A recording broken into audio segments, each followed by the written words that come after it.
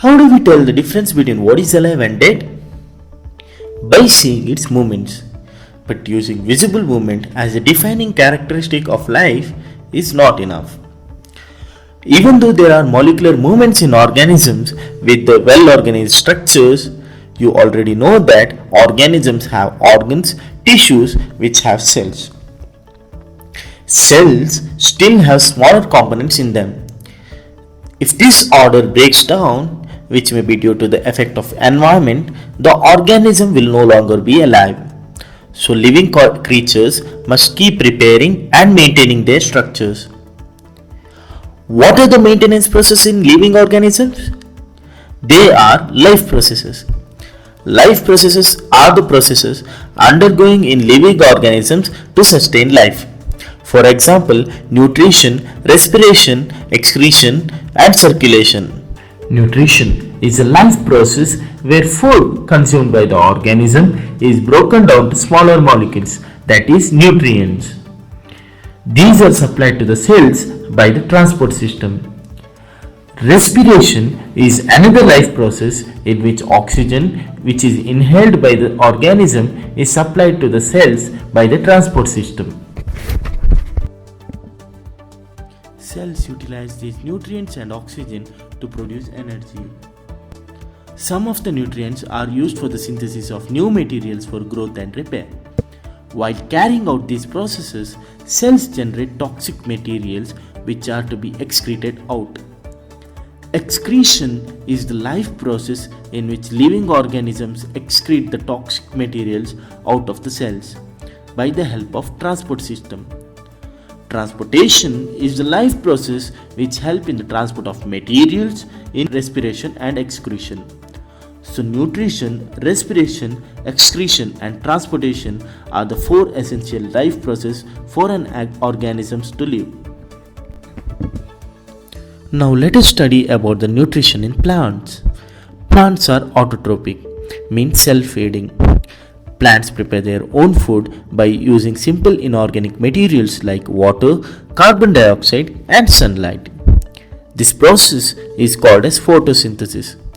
From this, there is a formation of organic materials such as carbohydrates, lipid, starch and protein. Photosynthesis takes place inside the leaf. But exactly where does it take place?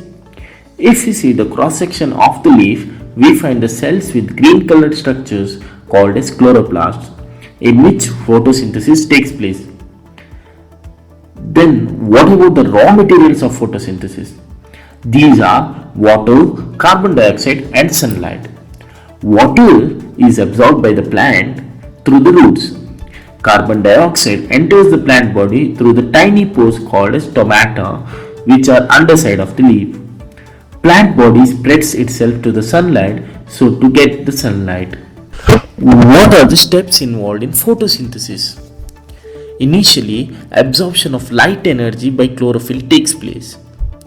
Then the light energy thus absorbed is converted into chemical energy and splitting up of water molecule into hydrogen and oxygen takes place. Then the carbon dioxide is reduced by the hydrogen to get carbohydrates. The equation of photosynthesis is 6 molecules of carbon dioxide plus 12 molecules of water reacts in the presence of chlorophyll and sunlight to produce glucose and 6 molecules of oxygen and 6 molecules of water.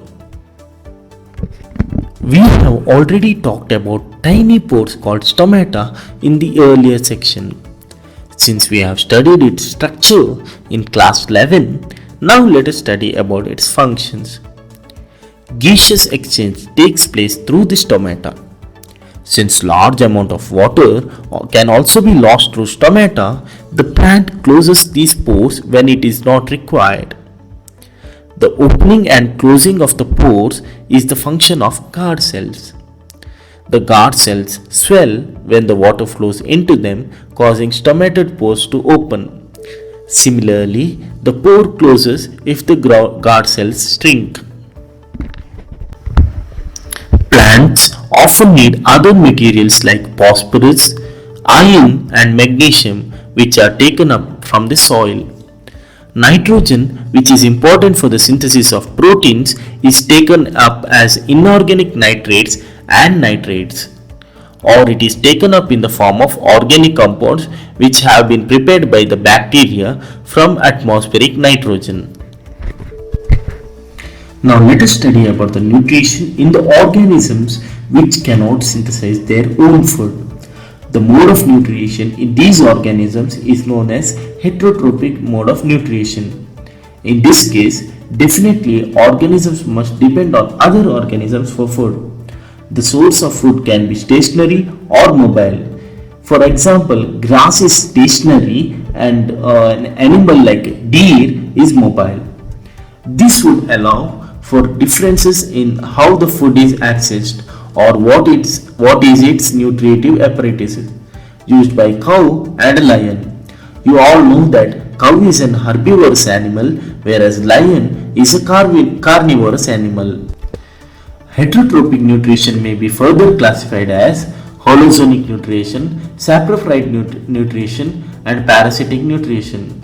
Holozoic nutrition: animals take in solid food and break down inside the body. Example, mammals.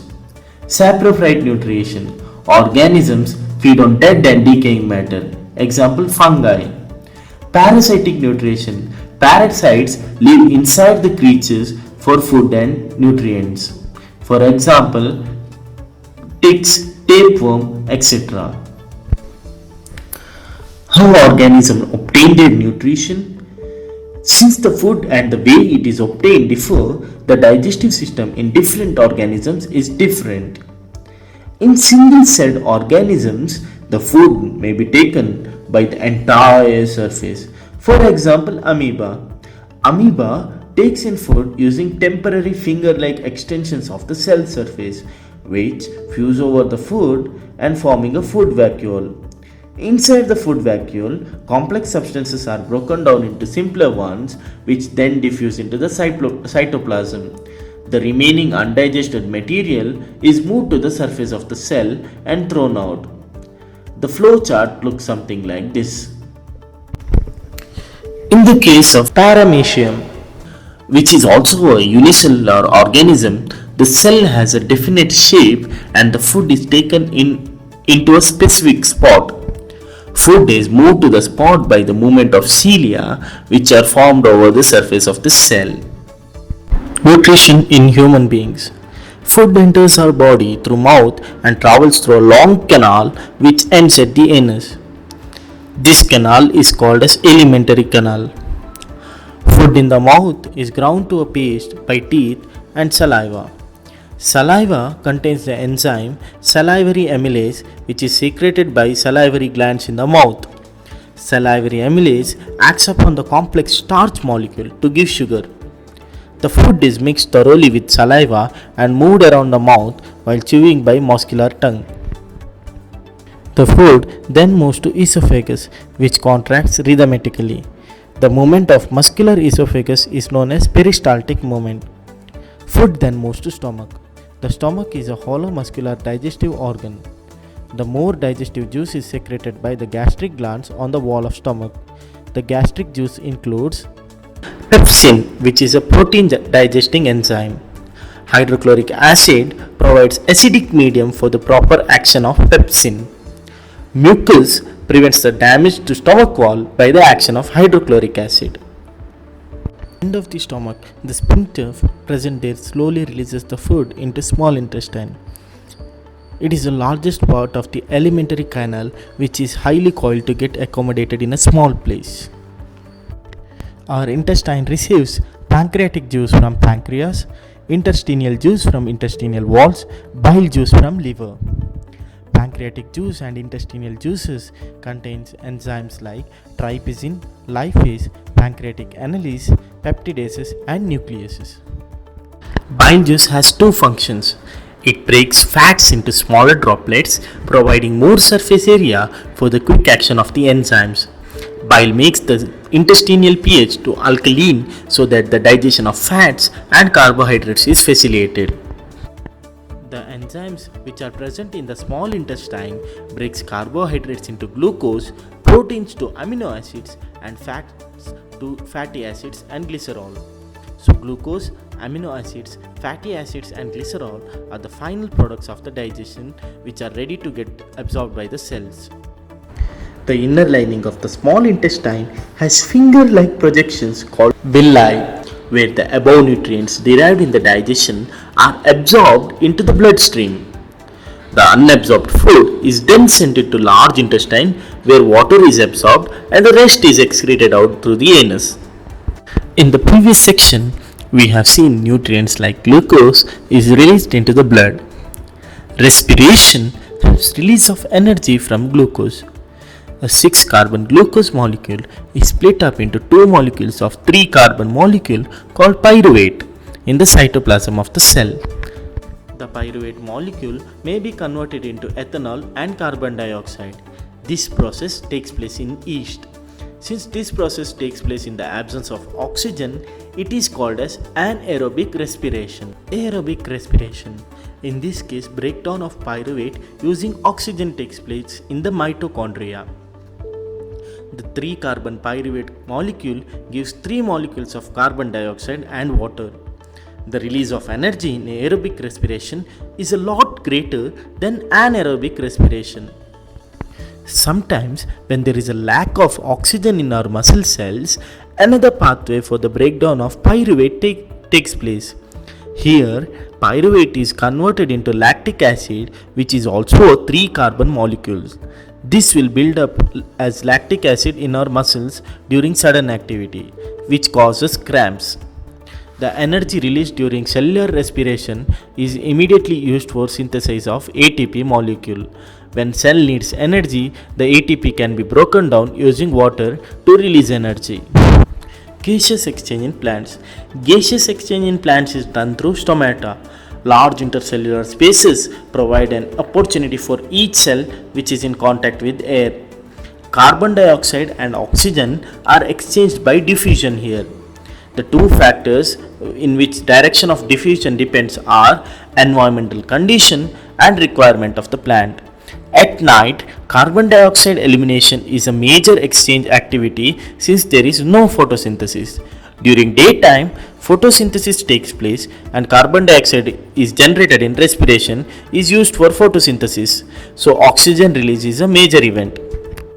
Do you know that the rate of breathing in mammals is much slower than aquatic animals? Yes, because aquatic animals have to depend on oxygen dissolved in water. Oxygen content is low in water, so they have to breathe much faster. But terrestrial animals take oxygen from atmosphere. This oxygen is absorbed by different organs in different animals. As the site of exchange of gases has increased surface area, which is very fine and delicate, the area should be protected inside the body. Breathing is an essential part of respiration. It allows the organism to obtain oxygen from the surrounding. Human beings have well-developed respiratory system. Let us see the structure and function of the respiratory system. Human respiratory system begins with nostrils. Nostrils is covered with fine hair which allows the filtration of air. Nostrils then leads to wet nasal cavity where air gets moistured. From here, air passes through the throat and into the lungs. C-shaped cartilage prevents the throat from being collapsed. Throat is a common passage for food and wind. Air then enters trachea. It then branches into bronchi, bronchioles and into alveoli. These three components are within the lungs. The walls of alveoli are provided with rich supply of blood.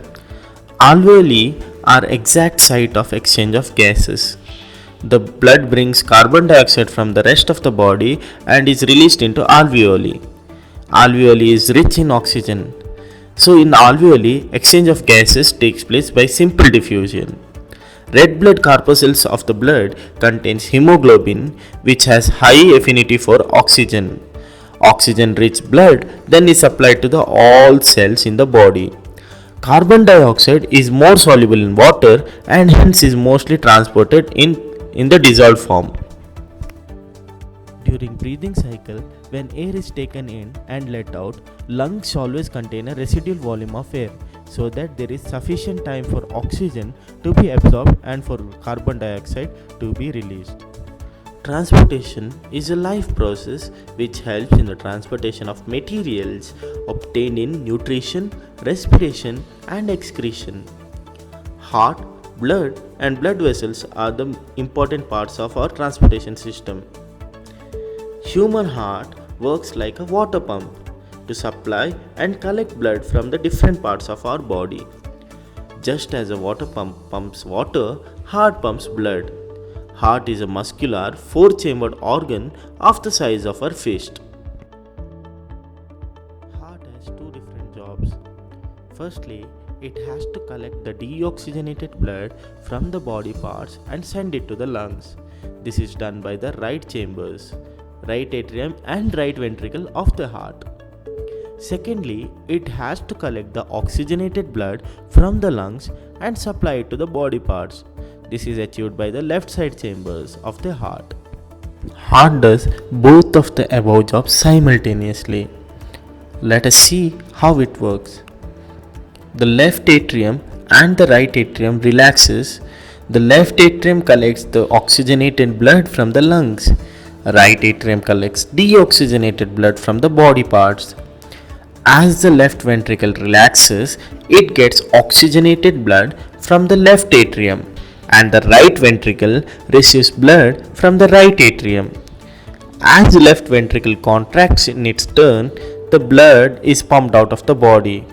The right ventricle contracts in its turn, pumps the blood to the lungs for oxygenation.